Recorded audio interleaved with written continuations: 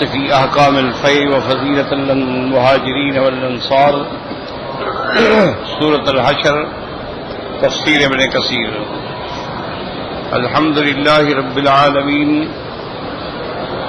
والصلاة والسلام على أشرف الأنبياء وسيد المرسلين سيدنا محمد وعلى آله وأصحابه أجمعين. اللهم صل على سيدنا محمد وعلى آل سيدنا محمد كما صليت على إبراهيم وعلى آل إبراهيم في العالمين إنك حميد مجيد. أعوذ بالله من الشيطان الرجيم. بسم الله الرحمن الرحيم. للفقراء المهاجرين الذين أخرجوا من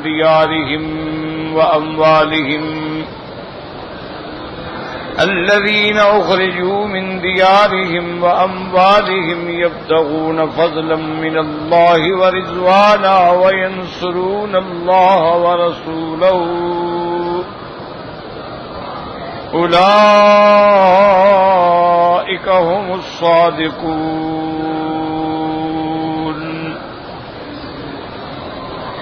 والذين تبوأوا الدار والإيمان من قبلهم يحبون من هاجر إليهم ولا يجدون في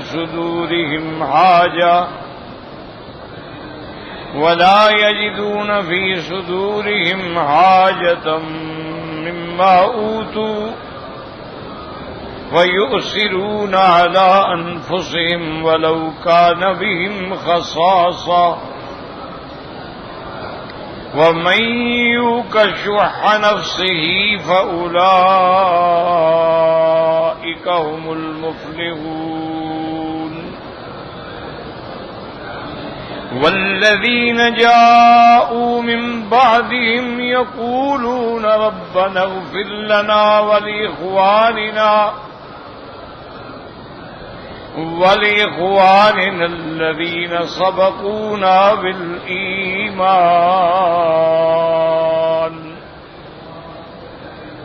ولا تجعل في قلوبنا غلا للذين آمنوا ربنا إنك رؤوف رحيم. قال المؤلف والمفسر رحمه الله تعالى أدام النفع بعلومه وعلومكم في الدارين آمين إلى أن قال يقول تعالى مبينا حال الفقراء المستحقين لمال الفيء أنهم الذين أخرجوا من ديارهم وأموالهم يبتغون فضلا من الله ورضوانا أي خرجوا من ديارهم وخالفوا قومهم ابتغاء مرضات الله ورضوانه وينصرون الله ورسوله أولئك هم الصادقون. أي هؤلاء الذين صدقوا قولهم بفعلهم وهؤلاء هم سادات المہاجرین. اب اللہ تبارک و تعالی مفسر رحمۃ اللہ علیہ فرماتے ہیں، بیان فرماتے ہیں کہ اموال فے کے مستحق سب سے پہلے وہ ہیں جو مہاجر ہیں، جن کو ان کے گھروں سے ان کے اموال سے نکالا گیا. اور جرم ان کا کیا تھا؟ یبتغون فضلا من اللہ ورضوانا، اللہ سے اللہ کا فضل اور رضا مانگتے ہیں. اے خرجوا من دیارہم، ان کو ان کے گھروں سے نکالا گیا. وخالفوا قومہم، اپنی قوم سے مخالفت خریدی. کیوں؟ ابتغاء مرضات اللہ، اللہ کی رضا حاصل ہو جائے. وَيَنْصُرُونَ اللَّهَ وَرَسُولَهُ، اور ہجرت کر کے ان کا مقصد قلبی کیا ہے کہ اللہ کے رسول کی مدد کریں. اللہ فرماتے ہیں اولئک هم الصادقون، یہی وہ لوگ ہیں جو سچے ہیں، جن کا قول اور فعل جو ہے برابر ہے، جو کہتے ہیں وہی کرتے ہیں، جو زبان پہ ہیں وہی دل میں ہے. وَهَؤُلَاءِ سَادَاتُ الْمُهَاجِرِينَ، اور یہ وہ لوگ ہیں جو مہاجروں کے سردار ہیں۔ میں نے الحمدللہ کل عرض کیا تھا کہ اللہ تعالی کے پورے کلام مقدس میں اگر آپ غور کریں گے تو سب سے پہلی تقسیم جو ہے وہ تین ہیں: مومنین، کافرین، منافقین۔ یہ تین گروہ ہیں۔ کسی جگہ اللہ نے کافرین فرمایا، کسی جگہ مشرکین فرمایا، کسی جگہ اللہ نے ان کو ظالمین فرمایا، کسی جگہ اللہ نے ان کو فاسقین فرمایا۔ تو معنی یعنی ایک ہے، ایک تو ہے مومن، ایک ہے کافر، اور ایک ہے منافق۔ منافق کیا معنی؟ اعتقادی، کہ ظاہر میں زبان پہ ایمان ہے لیکن اندر کفر ہے۔ یظہرون الایمان و یبطنون الکفر، یہ منافق اعتقادی ہوتا۔ تو یہ تین قسمیں ہو گئی۔ اچھا، اسی طرح پھر دیکھیں کہ اللہ تبارک و تعالی نے مومنین کے اندر بھی پھر تین قسمیں بنا دی۔ ایک تو وہ ہیں جو مہاجر ہیں، اور دوسرے وہ ہیں جو انصار ہیں، اور تیسرے وہ ہیں جو ان دونوں کے خیر خواہ اور ان کے پیروکار اور ان کے دعائیں کرنے والے ہیں۔ اسی کو اللہ نے دوسرے مقام پہ بھی قرآن میں فرما دیا، والسابقون الاولون من المہاجرین والانصار، دو قسمیں، والذین اتبعوہم، تیسری قسم یہ ہے جو ان کے پیروکار۔ وہاں بھی تین قسمیں ہو گئی۔ اچھا، اور اسی طرح اللہ تبارک و تعالی نے قیامت میں بھی تین قسمیں بنا دی۔ ایک قسم تو وہ ہوگی اما ان کان من المقربین، جو مقربین کے درجے پہ پہنچیں گے، فروح و ریحان و جنت نعیم۔ اور دوسری قسم کیا ہوگی؟ اما ان کان من اصحاب الیمین، داہنے ہاتھ والے، فسلام لک من اصحاب الیمین، ان پر بھی اللہ کی طرف سے سلامتی ہے اور وہ بھی خوش قسمت ہیں۔ اور تیسری قسم کیا آئے گی؟ وَأَمَّا إِنْ كَانَ مِنَ الْمُكَذِّبِينَ الضَّالِّينَ فَالنُّزُلٌ مِّنْ حَمِيمٍ وَتَصْلِيَةُ جَحِيمٍ، کہ اور تیسری قسم جن لوگوں نے تکذیب کی، جن لوگوں نے اللہ کے قرآن کو، آیات کو، کتاب کو جھٹلایا اور گمراہ ہوئے، ان کے لیے پھر جہنم کا کھولتا ہوا گرم پانی جو ہے وہ مہمانی کے لیے ہے۔ تو وہاں بھی گویا تین قسمیں جو ہیں آ گئی۔ اور اسی طرح اللہ تبارک و تعالی نے یاد رکھے کہ جہاں جہاں صحابہ کا ذکر ہے وہ مہاجر ہیں، انصار ہیں، ان کے ایمان کا تو اللہ خود گواہ ہے، کسی اور کی گواہی کی ضرورت ہی نہیں۔ دیکھو نا، تیرے میرے ایمان کا کیا پتا؟ لیکن یہ تو وہ لوگ ہیں نا کہ جن کے ایمان پر اللہ نے خود گواہی دی ہے۔ اللہ نے فرمایا اولئک ھم المؤمنون حقا، میرا مدنی یہ تیرے جو صحابہ ہیں نا یہ اصل کھرے مومن ہیں۔ اسی طرح اللہ نے فرمایا اولئک الذین امتحن اللہ قلوبہم، ہم نے ان کے دلوں کو بھی آزما لیا ہے، یہ اندر باہر سے سچے ہیں۔ کسی جگہ اللہ نے فرمایا اولئک ھم الصدیقون، یہ سارے کے سارے صدیق ہیں۔ والشہداء عند ربہم، اور ان کا مقام شہادت ہوگا اللہ کے ہاں کہ ساری دنیا پہ یہ گواہی دیں گے۔ تو اللہ نے جن کو اپنے لیے گواہ چن لیا ہو وہ گواہ پھر کیسے ہوں گے؟ اور اسی طرح اللہ نے ان کے بارے میں فرمایا اولئک ھم الصادقون، جو آج کی آیت میں آپ پڑھ رہے ہیں کہ یہ سچے ہیں، ان کا قول، ان کا فعل، ان کا جو زبان پہ ہے وہی دل میں۔ انہی کے بارے میں اللہ نے پھر فرمایا اولئک ھم المفلحون، یہی گروہ ہے جو کامیاب ہے۔ یعنی کوئی ایک مدح کا لفظ نہیں ہے جو اللہ نے حضور کے صحابہ کے بارے میں نہ فرمایا ہو.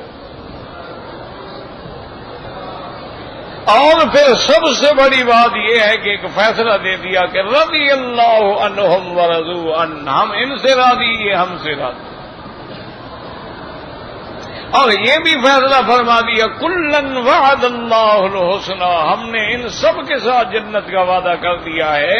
اس لیے حضور نے اس کی وضاحت کر دی، فرمایا لا یمس النار من رآنی ومن رآ من رآنی، جس نے ایمان سے میری زیارت کی صحابی بن گیا اس کو جہنم کی آگ چھو کے بھی نہیں گزر سکتی، اور جس نے صحابی کی زیارت کر لی اس کو بھی آگ نہیں لگ سکتی.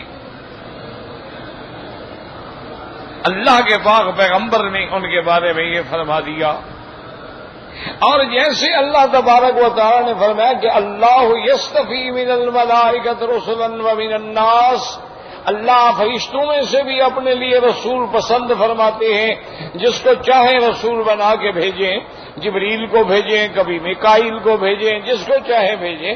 اسی طرح انسانوں میں بھی اللہ چن لیتے ہیں کہ کون میری رسالت و نبوت کے تاج پہننے کے قابل ہے.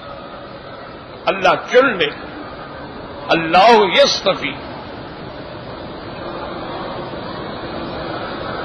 تو اسی طرح پھر حضور پاک نے بھی ارشاد فرمایا، اس نے کہا میرے آقا نے فرمایا، رحمت دو جہاں نے فرمایا، رحمت للعالمین نے فرمایا، صلی اللہ علیہ وسلم فرمایا ان اللہ اصطفانی، اللہ نے مجھے چن لیا، اللہ نے مجھے پوری مخلوق میں چن لیا. امام الانبیاء، امام الاتقیاء، امام الاصفیاء، سید الاولین، سید الآخرین، رحمت للعالمین، خاتم النبیین. فرمایا اللہ نے مجھے چن لیا. تو یہ تو قرآن میں بھی. اب آگے سنیں حضور نے کیا فرمایا، ثم اصطفیٰ لی اصحابی، پھر اللہ نے میرے لیے میرے صحابہ کو بھی چن لیا کہ کون میرا صحابی بننے کے قابل ہے، کون میرا دوست کہلانے کے قابل ہے. فجعلہم انصاری و اصحاری، پھر اللہ نے ان میں سے کچھ کو میرا مددگار بنا دیا، کچھ کو میرا رشتہ دار بنا دیا. تو اللہ نے صحابہ کو بھی چن لیا. یہ اللہ کی چنی ہوئی جماعت ہے. اب صحابہ کے اندر جو ہیں پھر مہاجرین ہیں، انصار ہیں، اور ان کے تابع دار ہیں. اب دوسری بات سمجھیں جو آپ سبق پڑھ رہے ہیں مال فے کا، کہ ایک ہے مال غنیمت جو لڑائی کے بعد حاصل ہو، جنگ کے بعد جو حاصل ہوگا مال غنیمت ہوگا. اور اگر ان کی لڑکیاں ہیں تو وہ کنیزیں ہو جائیں گی، لڑکے ہیں تو غلام ہو جائیں گے. اور اگر اس کو کہتے ہیں مال غنیمت، لیکن جو جہاد کے بعد ملے گا، یہ نہیں ہے کہ آپ کسی کو نوکرانی رکھ لیں اور کہیں کہ یہ بھی ہماری کنیز ہے، باندھی ہے، حلال ہے. نہیں، پہلے جنگ لڑیں، پہلے بہت تو قبول کریں نا، بچ گئے تو پھر باندیاں رکھنا. سب سے پہلے جہاد ہوگا، جہاد کے بعد جو مال ملے گا مال غنیمت ہے. اور ان کے بیٹے جو ہیں وہ عبد ہیں اور اما ہیں. تو اس مال غنیمت کو کیسے تقسیم کریں گے؟ 5 حصے. خمس اللہ کے رسول کے لیے ہوگا، بیت المال میں آ جائے گا. 4 حصے جو ہیں وہ مجاہدین میں برابر تقسیم کر دیے جائیں گے.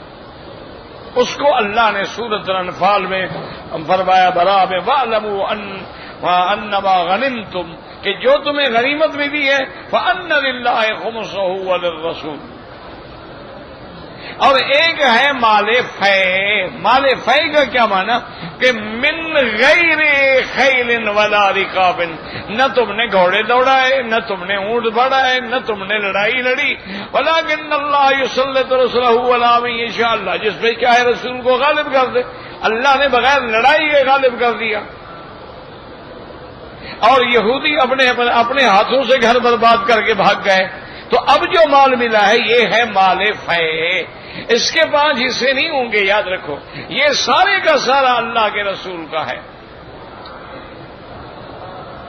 اس میں تو حضور پابند ہے نا کہ 5واں حصہ لے لیں، لیکن 4 حصے مجاہدین میں تقسیم کریں، اس میں حضور سرکار پابند نہیں ہے، سارا رکھ لیں۔ کیوں؟ للہ ولرسولہ۔ اچھا، اللہ کے لیے لام تملیک کا ہے، یاد رکھو، للہ ولرسولہ 2 لام ہیں، پہلا لام تملیک کے لیے، دوسرا لام تولیت کے لیے ہے کہ مالک حقیقی تو اللہ ہے لیکن متولی محمد مصطفیٰ ہے صلی اللہ علیہ وآلہ آلہ وصحبہ وسلم۔ بس یہ تو تھا حکم۔ لیکن اب آپ آگے دیکھ لیں کہ وہ 5واں حصہ جو مال غنیمت میں تھا یا مال فے، حضور پاک نے اپنی ذات کے لیے نہیں رکھا، اللہ نے آپ کو یہ بھی فرما دیا میرا مدنی ان میں بھی آپ ذوی القربیٰ والیتامیٰ والمساکین وابن السبیل پہ خرچ کریں، اور سب سے زیادہ حقدار تو ان کے وہ ہیں جو مہاجر بھی ہیں اور غریب بھی ہیں، آپ ان پہ خرچ کریں۔ تو حضور صلی اللہ علیہ وسلم صرف اپنے اہل و عیال کا 1 سال کا خرچ رکھنے کے بعد ایسے جتنے اموال تھے، اموال فے ہیں، مال فتق ہے، وادی القرا ہے، یہ بنو نذیر ہے، یہ سارا اسی طرح کچھ تھوڑا سا خیبر کا حصہ ہے، اس میں حضور اپنے بچوں کا سال کا خرچ گھر والوں کو دے دیتے، اور باقی جو تھا وہ سارے کا سارا فقراء میں تقسیم، یعنی وہ حضور پاک نے اپنا ملک اس کو بھی کبھی نہیں، حالانکہ اللہ نے ان کو دے دیا تھا، نہ دے اپنے کام میں لگا دے، لیکن آگے اللہ نے بتلا بھی دیا کہ میرا مدنی ہم نے تو آپ کو مالک بنا دیا ہے، لیکن آپ بھی ان کو دیں جو غریب ہیں، جو مسکین ہیں، جو یتیم ہیں، جو مسافر ہیں، اور ان سب میں پھر زیادہ حقدار مہاجر ہیں، کیوں کو بیچارے گھر چھوڑ کے آئے، وطن چھوڑ کے آئے، اپنے آباد گھروں سے نکل گئے، خالی 3 کپڑوں میں آ گئے۔ یعنی سیدنا ابو بکر رضی اللہ تعالی عنہ جو مکہ مکرمہ کا بہت بڑے تاجر تھے، دولت جن کے گھر کی باندھی تھی، ان پہ مدینہ منورہ میں آ کے یہ وقت آ گیا کہ وہ جو کپڑا پہنتے تھے وہ اس کو، یعنی ان کے پاس کوئی سوئی سلائی بھی نہیں تھی، کانٹا پکڑ کے کانٹے کے ساتھ جوڑ دیتے تھے۔ اور بعض صحابہ میں یہ وقت بھی آیا کہ ان کے پاس چادر ہی ایک ہے، ساری زندگی ایک چادر میں گزار دی۔ بعض صحابہ کے یہ وقت بھی آیا کہ چادر ایک ہے لیکن اسی چادر کو وہ اپنی بیوی کے ساتھ بھی بیچارہ حصے داری کرتا کہ وہ مسجد میں نماز پڑھنے آتا، چادر باندھ لیتا، بیوی بیچاری کوئی پرچھا وغیرہ لپیٹ کے گھر میں بیٹھ گیا، اور واپس جاتا وہ چادر بیوی کو دیتا، وہ باندھ کے نماز پڑھ لیتی، اور یہ بیچارہ کا ایسے کوئی چٹائی اٹھا کے لپیٹ دی۔ اس طرح پھر زندگی گزری۔ تو اب اموال فے کے سب سے زیادہ مستحق اور حقدار جو ہیں وہ فقراء ہیں، اور آگے اللہ نے ایک مضمون میں اشارہ بھی فرما دیا ہے کہ اللہ یہ چاہتے ہیں کہ دولت جو ہے وہ چند ہاتھوں میں مرکوز نہ ہو جائے۔ دیکھو نا سرمایہ دارہ نظام کیا ہے کہ پیسہ سارا سرمایہ دار کے پاس ہے، مزدور اسی طرح بھوکا ہے۔ اب دیکھیں کتنے مل ہیں دنیا میں، کتنے مل ہیں، فیکٹریاں ہیں، کتنے بڑے بڑے کام ہو رہے ہیں، ان میں 10-10 20-20 ہزار مزدوروں کی شفٹ ہے، لیکن مزدور کو کیا ملتا ہے؟ وہی کھانا کوتلا یا موت، اتنی تنخواہ ملتی ہے کہ مہینے میں بچوں کے ساتھ بیٹھ کے روکھی سوکھی کھا لے، اور ساری کمائی کس کے پاس جا رہی ہے؟ سرمایہ دار، جو ایک دن بھی کارخانے میں نہیں آتا۔ اسی طرح آپ دیکھ لیں کہ بڑے بڑے جاگیردار ہیں، زمیندار ہیں، سارے ہاری ہیں، مزارے ہیں، وہ ساری زندگی مزارے ہی رہے بیچارے ہیں۔ یہ نہیں ہے کہ انہوں نے کوئی ترقی کر کے 4 ایکڑ اپنی زمین لے لی ہو، مزارے ہیں، محنت کر رہے ہیں، کھانے کو کچھ گندم مل گئی، کبھی کچھ مل گیا، کبھی کچھ مل گیا، وہ بھی کوتلا یا موت کی حالت میں ہیں۔ یہ سرمایہ دارانہ نظام ہے جس نے پوری دنیا کو اپنے چنگل میں لے۔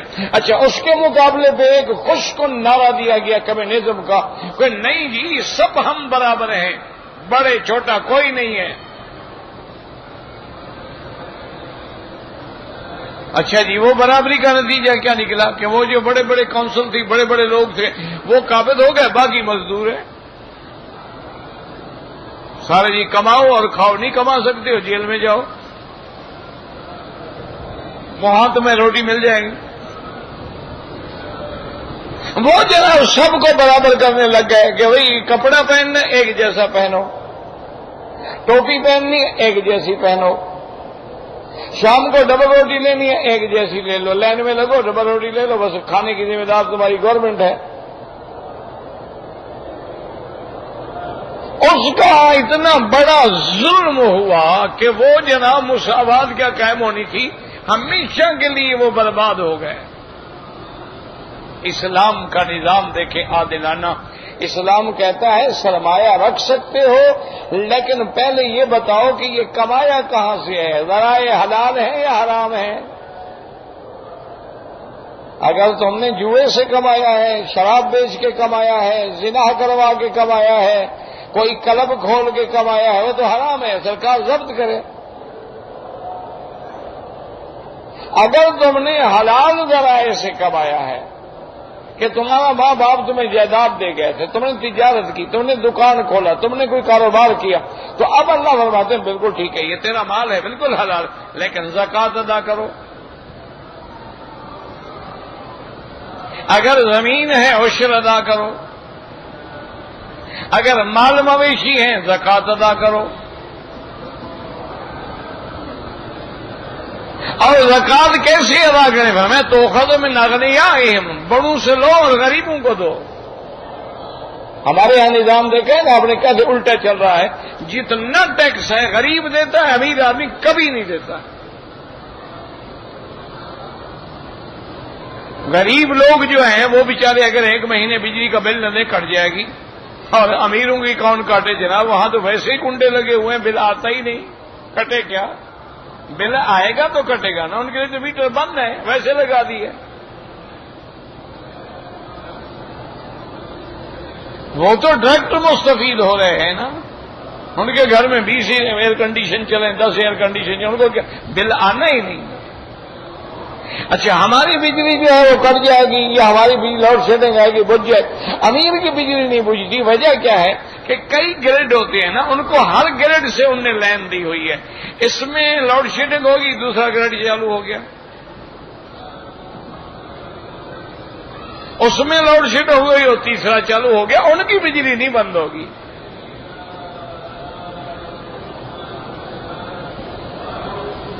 لیکن اسلام یہ نہیں، اسلام کہتے نہیں، امیر سے لینا ہے، غریب کو دینا ہے۔ اور ایک بہت بڑے ماہر اقتصادیات تھے، انہوں نے آپ کے ملک کا حساب لگایا اور ایک دن مجھے بتایا، کہنے لگے کہ وکیل صاحب ہم پتہ نہیں خدا جانے اسلام سے کیوں دور ہیں، چلو خدا کو نہیں مانتے، رسول کو نہیں مانتے، فائدے کے لیے تو مان لو۔ انہوں نے کہا اللہ رسول پہ اگر ایمان نہیں ہے تو اپنے فائدے کے لیے تو ہر آدمی اسکیم بناتا ہے نا۔ اس نے کہا یقین کریں کہ آپ کی 18 کروڑ کی آبادی ہے، اس میں ٹیکس کا جو سیکٹر ہے وہ کتنا ہے؟ 2 کروڑ بھی ٹیکس نہیں دیتا۔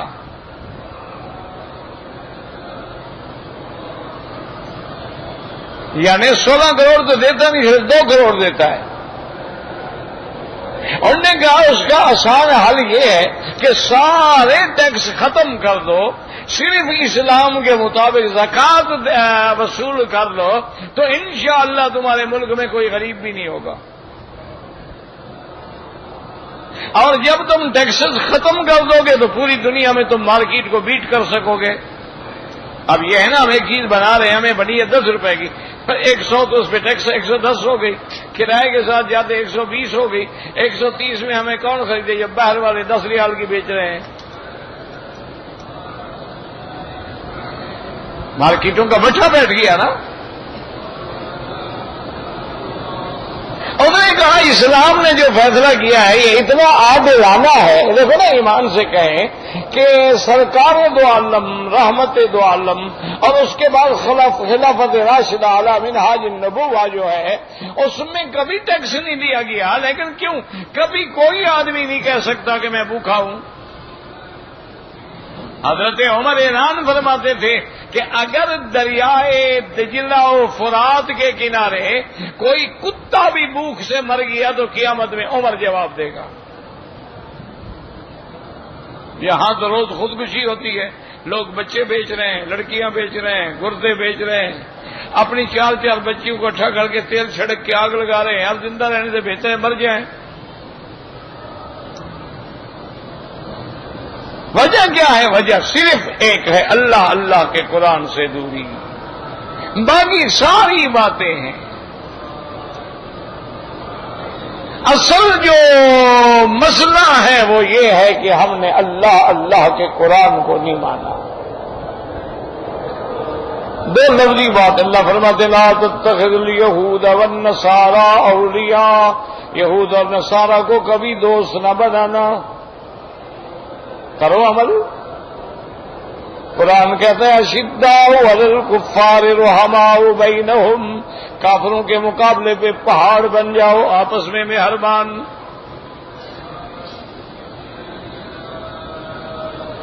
قرآن کہتا ہے اعدوا لہم ما استطعتم من قوت، کہ دشمن کے مقابلے پہ تم بھی اپنی قوت کو تیار رکھو.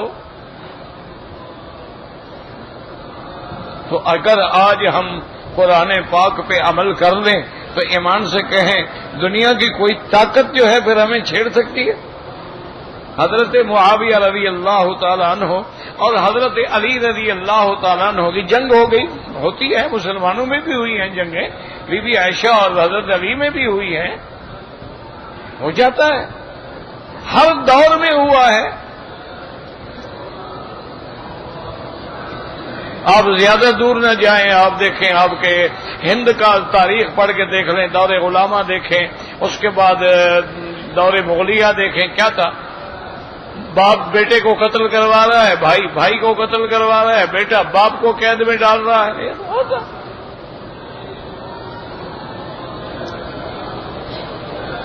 حضرت علی اور حضرت معاویہ رضی اللہ تعالیٰ عنہ کی لڑائی تھی. روم کے بادشاہ نے اپنی کابینہ کو بلایا. اس نے کہا کہ مسلمان آپس میں لڑ رہے ہیں اور بہت اچھا موقع ہے کہ حضرت علی بھی کوفے آئے ہوئے ہیں اور مدینہ منورہ جو ان کا اصل مرکز ہے وہ خالی ہے، کہ دارالخلافہ بھی کوفہ آ گیا.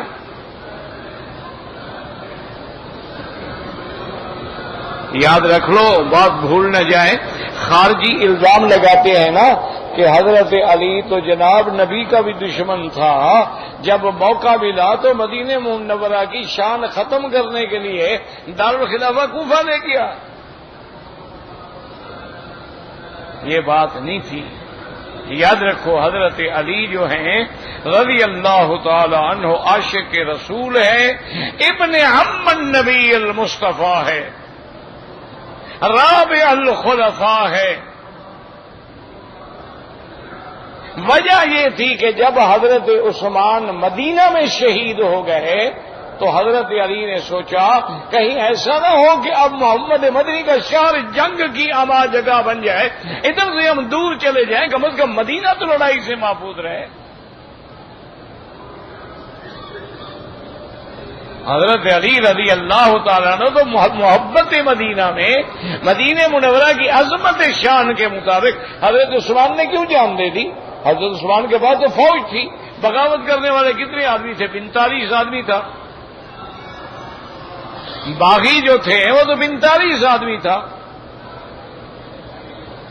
حضرت علی نے جا کے حضرت عثمان کے گھر کے باہر دیوار سے کھڑے ہو کے کہا امیر المومنین مہربانی کریں ہمیں حکم دے، ان کی تو بوٹیاں بھی نہیں ملیں گی مدینے میں جو آپ سے لڑنے آئے ہیں. ہمارے پاس فوج ہے، طاقت ہے. حضرت عثمان نے کہا علی تمہاری محبت کا شکریہ، لیکن یہ مجھے مارنا چاہتے ہیں، میں اپنی جان دے سکتا ہوں، محمد مدنی کے شہر میں خون بہانے کی اجازت نہیں دے سکتا. صلی اللہ علیہ وسلم شہید ہو گئے، مظلوم شہید ہو گئے، لیکن آگے نہیں بڑھنے دیا فتنے کو. تو حضرت علی اس لیے وہاں گئے. تو اب جناب جب اس نے پروگرام بنایا، اس نے کہا بھی اپنی فوج کو کہ فوراً تیاری کرو، مسلمان آپس میں لڑے ہوئے ہیں. اور ہم فوراً مدینہ منورہ پہ حملہ کر کے مدینے پہ قبضہ کر لیتے ہیں. اور جب دارالخلافہ مدینہ ہمارے ہاتھ میں آ گئی، آبادی ختم ہو گئی، پھر مسلمانوں کے پاس ہے کیا باقی؟ تو حضرت معاویہ رضی اللہ تعالی عنہ کو بھی خبر مل گئی کہ دشمن نے یہ سازش کی ہے، تو حضرت معاویہ نے خط لکھا، اور ادھر حضرت علی کو بھی پتہ لگا، حضرت علی نے بھی خط لکھا، اور خط کے اندر پتہ ہے حضرت معاویہ کی جرأت دیکھیں، انہوں نے لکھا کہ یا کلب الروم، ہے روم کے کتے، تم مدینے پہ حملہ کرنا چاہتے ہو؟ یہ سمجھ رہے ہو کہ میری اور علی کی لڑائی ہے؟ خدا کی قسم جس دن تم نے مدینے کی طرف رخ کیا، میں معاویہ علی کا سپاہی بن کے لڑوں گا، میری ساری فوج علی کے تابع ہوگی.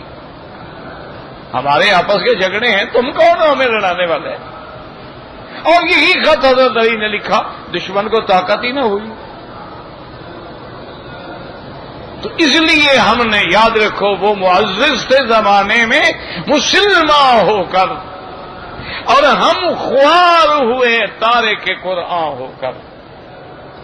اور میں چھوٹا ایک طالب العلم کی حیثیت میں انتہائی ادب کے ساتھ اپنے بزرگوں سے معافی کی درخواست کے ساتھ گزارش کرتا ہوں کہ اللہ کے قرآن کو صرف سرمایہ دار نے نہیں چھوڑا، ہم دیندار، دین کے مدرسے والوں نے بھی قرآن چھوڑ رکھا ہے.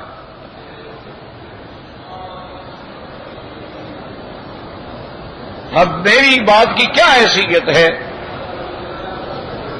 نہ کارخانے میں طوطی کی آواز کو کون سنتا ہے، لیکن آج بھی آپ جا کے دیکھ لیں کہ آپ کا جو نظام ہے، نظام تعلیم ہے، چلا آ رہا ہے، دنیاوی مدرسوں کو چھوڑ دو، وہ تو ہیں ہی انگریزوں کے بنائے ہوئے نا، ان سے کیا گلا ہے بھائی؟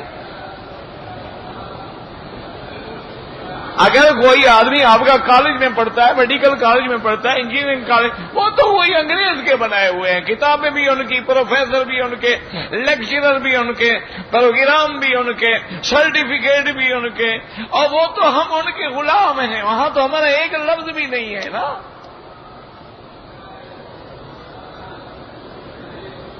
ان کو تو چھوڑے بیچاروں کو، وہ تو مجبور ہیں.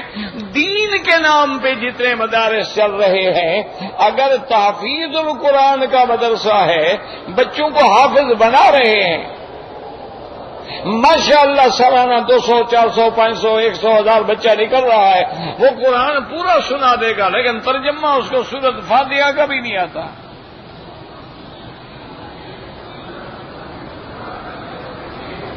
اسی طرح جو ہمارے مدارس نادرہ قرآن پڑھا رہے ہیں، وہ سارا قرآن پڑھ جائے گا، لیکن اس کو رب العالمین کا ترجمہ بھی نہیں آئے گا. اچھا، اس کے بعد آگے چلے جائیں، جو ہمارے ماشاءاللہ کتابوں کے مدارس ہیں، جہاں جناب ہم ماشاءاللہ پہلے موقوف علیہ تک پڑھاتے ہیں، پھر ہم اس کو دورہ پڑھاتے ہیں، پھر ہم اس کو تخصص کرواتے ہیں، ہر موضوع پر کتابیں ہیں، لیکن پورے سال میں قرآن کے صرف 2 پارے ہیں کہ جلالین کے 2 پارے پڑھا دو یا بیضاوی کا 1 پارہ پڑھا دو، بس ماشاءاللہ یہ عالم ہو گیا ہے.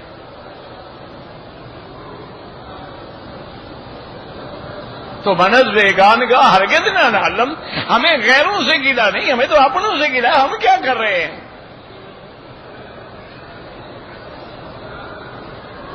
آپ یقین فرمائیں، ناراض بالکل نہ ہوں، نہ میری گستاخی سمجھیں بزرگ علماء، میں ان کے جوتیوں کے برابر بھی نہیں ہوں، لیکن حالات یہ ہیں کہ آج آپ کے دینی مدرسے کا پڑھا ہوا جو بچہ ہے، اس کو کہو قرآن کا لفظی ترجمہ، ایک صفحے کا ترجمہ تو کرے،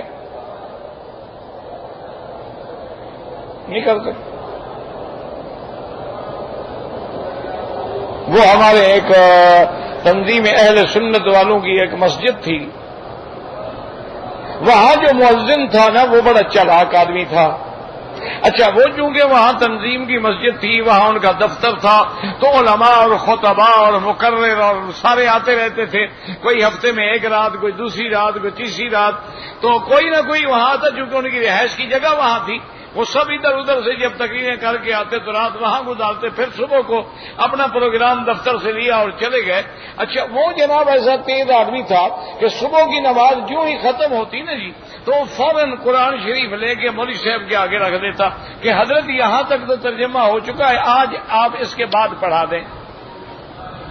اب مولوی صاحب کو تو یہاں تھوک کھڑی ہو جاتی، مولوی کو 5 تقریریں یاد ہوتی ہیں، باقی اس کو تھوڑا آتا ہے۔ اس نے تو 4-5 تقریروں کا رٹا لگایا ہوتا ہے، ایک توحید ہے، سیرت النبی ہے، صحابہ ہے، سیدنا ابراہیم علیہ السلام کا قصہ ہے، باقی لفاظی ہے، کبھی لفظ ادھر بدل دیا کبھی ادھر بدل دیا، اس کے آگے تو اس کو خود کچھ نہیں آتا۔ اور تقریر ایک دن کرنی ہے 500 میل ادھر، دوسرے دن کرنی ہے 1000 میل ادھر، کسی کو کیا پتا کیا ہو رہا ہے۔ تقریریں وہی 6 ہیں، مجال ہے کہ 7ویں آتی ہو۔ آپ کیسٹ دے کے سن لیں۔ اب جناب وہ جب آگے رکھ دیں تو اب مولوی صاحب جناب وہ آیت تو پڑھ لیں لیکن ادھر ادھر کے باتیں کر کے 5-10 منٹ میں جان چھڑا لیں۔ اس کے بعد نتیجہ یہ نکلا مولوی نے وہاں آگے رہنا چھوڑ دیا۔ انہوں نے کہا امتحان میں پڑ گیا، پتہ نہیں کون سی جگہ کھولے گا، وہ جگہ ہمیں آتی بھی ہے کہ نہیں آتی۔ یہ جب حال ہو تو ہم کس سے گلہ کریں، کس کے آگے جا کے روئیں کہ جب ہم نے قرآن سے دامن چھڑا دیا ہے، ہماری حلوائی برادری نے قرآن رکھا ہے ماشاءاللہ مردے کے بخشوانے کے لیے کہ جب مردہ مر جائے اس کے کفن پر بھی لکھ دو، اس کے سینے پہ بھی قرآن لکھ دو، ایک کچی اینٹ پہ بھی آیتیں لکھ کے رکھ دو، اور ماشاءاللہ اس کے اوپر پھروا کے صدقہ ہیرا اسکاد کر کے سارے گناہ مردے کے بخش کے مولوی کے سر پہ ڈال دو۔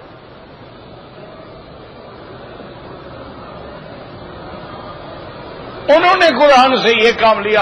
دوسرا کام کیا لیا ہے جی؟ اور جی میرا بچہ گم ہو گیا، اچھا جی ابھی فال نکالتے ہیں، قرآن ہے فال نامہ ہے۔ تیسرا کام انہوں نے کیا لیا؟ انہوں نے کہا اچھا جی میرے بچے کو جی بخار ہے، انہوں نے کہا طویل لکھ دیتے ہیں، قرآن طویل لکھنے کے کام آ گیا۔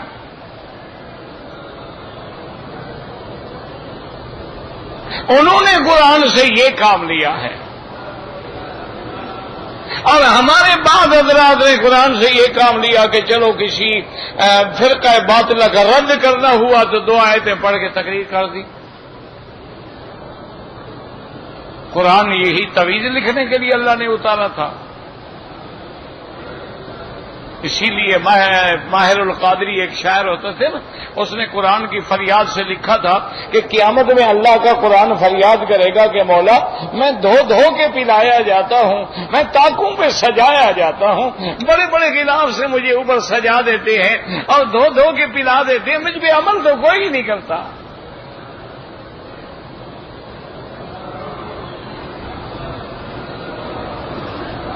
یا رب ان قوم اتخذوا هذا القرآن مہجورا، اور اللہ نے بھی فرما دیا کہ یاد رکھو میرے قرآن سے منہ پھیرو گے قیامت والے دن تمہیں اندھا کر کے اٹھاؤں گا۔ آج بڑے آدمیوں کے پاس قرآن کیا کام آتا ہے کہ کوئی مشکل آ جائے 1.25 لاکھ آیت کریمہ کا 1.25 لاکھ پڑھا دو، اور جناب اگر گھر نیا بنایا ہے قرآن خوانی کروا دو، اور اگر جناب شادی ہو رہی ہے تو 2 بندے قرآن پکڑ کے کھڑے ہو جائیں، دلہن کو نیچے سے گزار دو، میک اپ کروا کے بیوٹی پارلر سے آ رہی ہے، دولہے نے ماشاءاللہ وسکی کا جام چڑھایا ہوا ہے، قرآن کے نیچے سے گزار رہے ہیں۔ یہ مسلمان ہیں؟ پھر کہتے ہیں جی ہم پہ عذاب آ رہا ہے، مسلمان مر رہا ہے، مرے گا نہیں تو کیا ہوگا؟ جب تک اللہ کی طرف نہیں لوٹو گے، یہ تو اللہ نے کوڑے برسانے شروع کر دیے ہیں عذاب کے۔ اللہ نے قرآن میں کہا 100 تھا عذاب، ان ربک لبالمرصاد۔ اللہ کو کیا ضرورت ہے ہماری؟ یستبدل قوما غیرکم ثم لا یکونوا امثالکم۔ اب دیکھیں کہ یہ ہے نا شان والے جن کے بارے میں اللہ کہہ رہا ہے میرا بدی اولئک هم الصادقون، یہ سچے ہیں۔ کیونکہ ان کا اندر باہر ایک ہے اور یہ صحیح مومن ہیں، مہاجر ہیں، اخرجوا من دیارہم، جن کو گھروں سے نکالا گیا ہے، یہ خود نہیں نکلے بیچارے، مظلوم ہیں۔ اسی طرح آگے قرآن کہتے ہیں اذن للذین ظلموا والذین اخرجوا من دیارہم، اور اسی کو میرے مدنی پاک نے سمجھایا، مکے کے سامنے کھڑے ہو گئے اور فرمایا واللہ انک لخیر ارض اللہ واحب ارض اللہ الی اللہ، اور فرمایا مجھے کعبہ خدا کی قسم ہے تو اللہ کی ساری زمین سے بہتر زمین ہے، اللہ کی محبوب زمین ہے، واللہ اگر میری قوم مجھے مکے سے نہ نکالتی میں تجھے چھوڑ کے کبھی نہ جاتا۔ تو ان کو بھی نکالا گیا ہے۔ تو اس لیے اب مال فے میں کن کا حصہ آئے گا؟ فقراء، اور فقراء میں مہاجرین۔ اس کے بعد مرتبہ کن کا آئے گا؟ انصار۔ اس کے بعد کون ہوں گے؟ ان کے بعد میں آنے والے والذین یقولون ربنا اغفر لنا ولاخواننا الذین سبقونا بالایمان، واللہ اعلم۔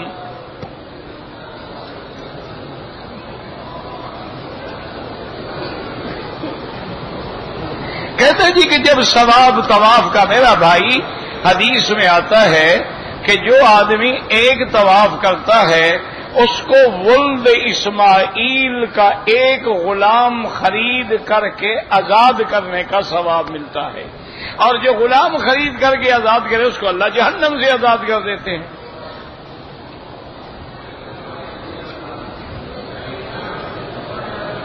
اگر ظہر کی 4 رکعت سنت جو پہلے پڑھتے ہیں وہ رہ جائے تو احناف کے نزدیک وہ سنت مؤکدہ ہے، لازماً ظہر کے بعد ادا کرے۔ اب بعض علماء فرماتے ہیں کہ مطلق سنت ہے، کرے گا تو ٹھیک ہے، نہیں کرے گا تو کوئی حرج نہیں، لیکن امام صاحب کے نزدیک وہ سنت مؤکدہ ہے، ان کو ہر حال میں پڑھے۔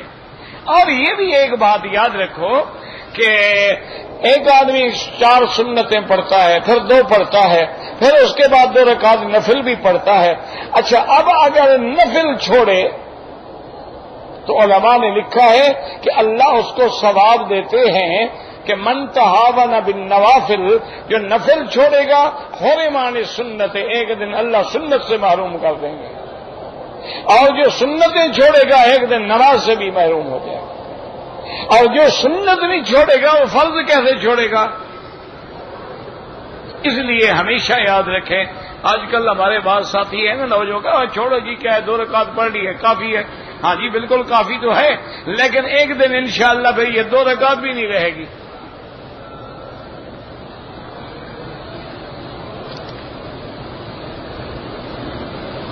حضرت بیت اللہ کی تعمیر تو حضرت آدم سے پہلے بھی ہوئی ہے، پھر حضرت آدم کے دور میں بھی ہوئی ہے، پھر حضرت شیش کے دور میں بھی ہوئی ہے۔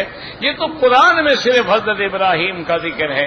حضرت ابراہیم کے بعد پھر قریش مکہ نے بھی کی ہے، قریش مکہ کے بعد جو ہے پھر اس کی تعمیر جو ہے حجاج کے دور میں بھی ہوئی ہے، عبداللہ ابن زبیر کے دور میں، یہ تو 11 دفعہ تعمیر ہوئی ہے تقریباً۔ کتاب لے لیں تاریخ کعبہ، ایک مسئلہ تھوڑا ہے کہ مولوی بیان کرے۔ دار ارقم جو ہے اب حرم کے اندر آ گیا، کیسے ڈھونڈ کے دکھائیں آپ کو کہ کہاں ہے؟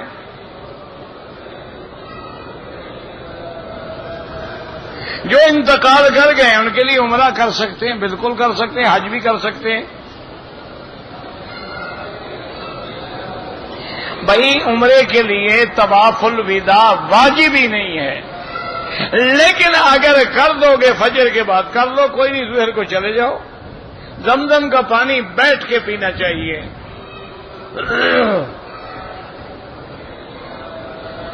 اگر طواف وداع کر لیا بس نہیں ملی، پھر حرم آؤ، نماز پڑھو، طواف کرو۔ اللہ نے طواف وداع کا کیا مانا ہے کہ میں نکال دیا ہے کہ پھر اندر نہ آنا؟ عجیب لوگوں نے مسئلے سمجھے ہوئے ہیں۔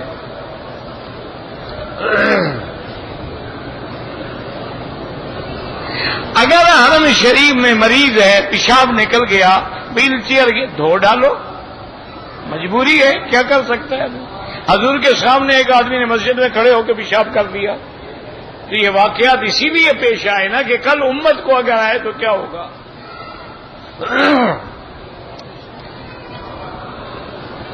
زمزم کے پانی سے چائے بنا سکتے ہیں، بالکل جناب چائے بنا سکتے ہیں، چائے کیوں نہ بنائیں؟ زمزم سے دل ہمارا دھلے نہ دھلے، چائے تو مزے کر کے پیو نا۔ اس کو یہی فکر ہے نا کہ چائے کا کیا ہوگا۔ اللہ اکبر، زندہ لوگوں کے لیے کوئی عمرہ نہیں۔ دم کے کیا شرائط ہیں؟ جو قربانی کی شرائط ہیں۔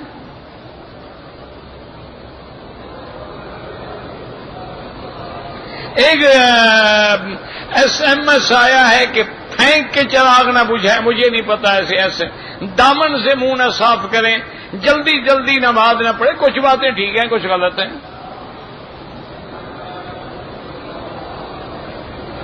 اگر مکے کا رہائشی رمضان کے بعد میقات سے باہر جائے، عمرہ کرے، پھر حج تمتع ہو جائے گا، کیونکہ وہ باہر چلا گیا۔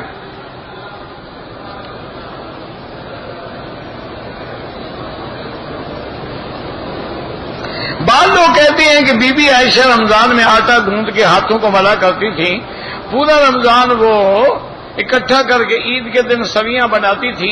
پتہ نہیں آپ کے پاس بھیجی ہوں گی بی بی عائشہ نے سویاں، ہمیں تو نہیں بھیجی۔ بی بی عائشہ کہتی ہم نے پیٹ بھر کے کھجور نہیں کھائی، یہ سویاں بنا رہے ہیں۔ انا للہ و انا الیہ راجعون۔ جس ملک قوم کا یہ حال ہو کہ اپنے سیویاں کھانے کے لیے جھوٹی حدیث بنا ڈالی۔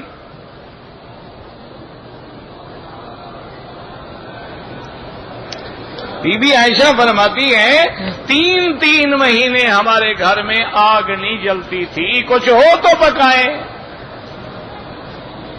بی بی فرماتی ہے ما شبع آل محمد من تمر قط الا بعد فتح خیبر۔ جب تک خیبر فتح نہیں ہوا، حضور کے گھرانے نے تو پیٹ بھر کے کھجوریں بھی نہیں کھائیں۔ ساری زندگی حضور پاک نے کبھی پراٹھے نہیں کھائے۔ یہ تمہارے 7 طبق کے پراٹھے ہوتے ہیں نا، یہ حضور پاک نے نہیں کھائے، یہ تمہارے لیے ہے ماشاءاللہ۔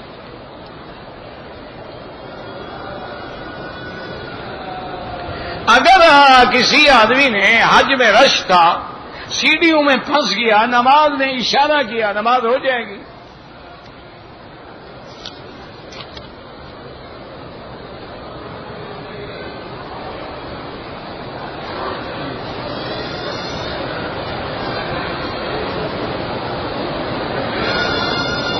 رقم جو آپ نے ایڈوانس سیکورٹی لی ہوئی ہے وہ رقم آپ کی نہیں ہے، لیکن آپ کے ملک میں تو آ گئی ہے نا۔ اب آپ اس رقم کو تصرف کر سکتے ہیں، وہ تو جب آپ واپس کریں گے نا، ابھی تو آپ کی ہے۔ جب آپ اس سے فائدہ اٹھا رہے ہیں، زکوٰۃ کیوں نہ دیں؟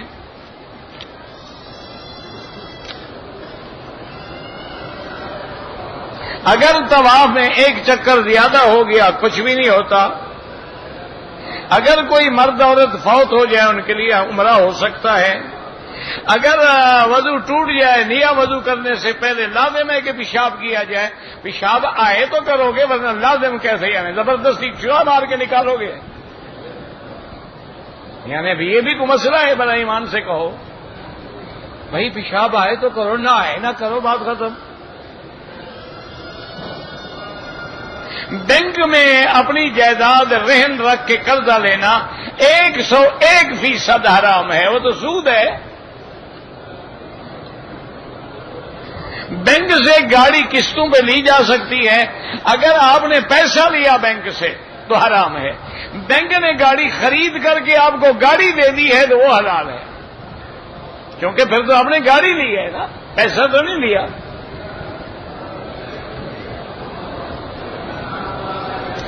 اگر آپ کسی کے لیے عمرہ کرتے ہیں، حج کرتے ہیں، بالکل آپ کو بھی پورا ثواب ملے گا۔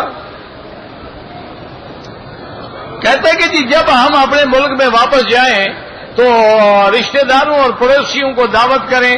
دعوت ان کو کرنی چاہیے، تم سفر سے آ رہے ہو، تم کیوں کرو بھائی؟ یہ اچھا حاجی ہے، اس کو پتا ہے نا کہ ان نے تو نہیں کرنی، زیادہ میں بلا لوں۔ او بابا، جتنی دعوتیں کرنی ہے نا، وہ پیسے اٹھا کے کسی غریب کو دے دو، کسی مسکین کو دے دو، کسی مدرسے میں دے دو، کسی یتیم خانے میں دے دو، کسی مفت ہسپتال میں دے دو۔ دعوتوں کا کیا کرو گے؟ یہ پیٹ تو جہنم ہے، یہ تو نہیں بھرتا، روز دعوت کرو۔ کہتا جی کہ جنت میں جو حوریں ہیں ان کی ایک شکل ہوگی، جب دیکھیں گے تو بتائیں گے، ابھی تو دیکھی نہیں، ابھی تو ہمارے مقدر میں یہی حوریں ہیں جن سے بھگت رہے ہو، ان کی شکل ملتی ہے؟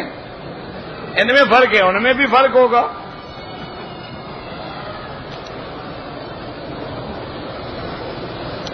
اگر پاکستان سے آئے، نیت یہ تھی کہ میں جدے میں کچھ عرصہ رہوں گا، پھر ٹھیک ہے، پھر جدے سے احرام باندھ کے عمرہ کریں، طواف کرتے ہوئے پانی پلا سکتے ہیں، کھجور کھلا سکتے ہیں، لیکن سینہ نہ پھرے کعبے سے، نہ پشت ہو، چلتے چلتے دے دو کسی کو۔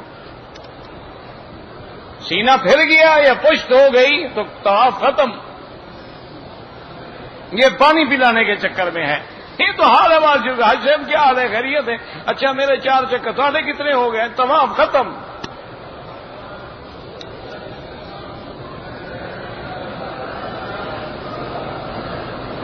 ایئرپورٹ پہ احرام نہیں باندھا، مکہ شریف آ کر اپنی رہائش سے گئے، پھر مسجد عائشہ سے احرام باندھا، ایک ایک بکری دم ہو گئی اور عمرے سے بھی محروم ہو گئے۔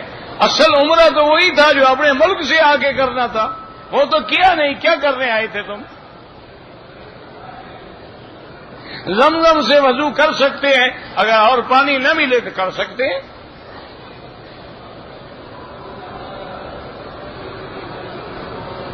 میں عصر کی نماز پڑھ رہا تھا، آخری رکعت میں مغرب کی اذان ہوگی، انشاءاللہ نماز ہو گئی، لیکن ایسے آئندہ نہ پڑھنا۔ حضور نے فرمایا یہ منافقوں کی نماز ہے، جو بیٹھے رہتے ہیں، جب سورج ڈوبنے لگتا ہے تو اللہ اکبر شروع کر دیتے ہیں۔ یہ منافق کی نماز ہے، جب سورج پیلا ہو جائے اور پڑھی۔ ایک ہے نماز ہو جانا، ہو جائے گی، کیونکہ تمہاری آخری رکعت تھی اور اذان ہو گئی، نماز تو ہو گئی، نماز نہ لوٹائیں، لیکن آئندہ کبھی ایسی غلطی نہ کریں۔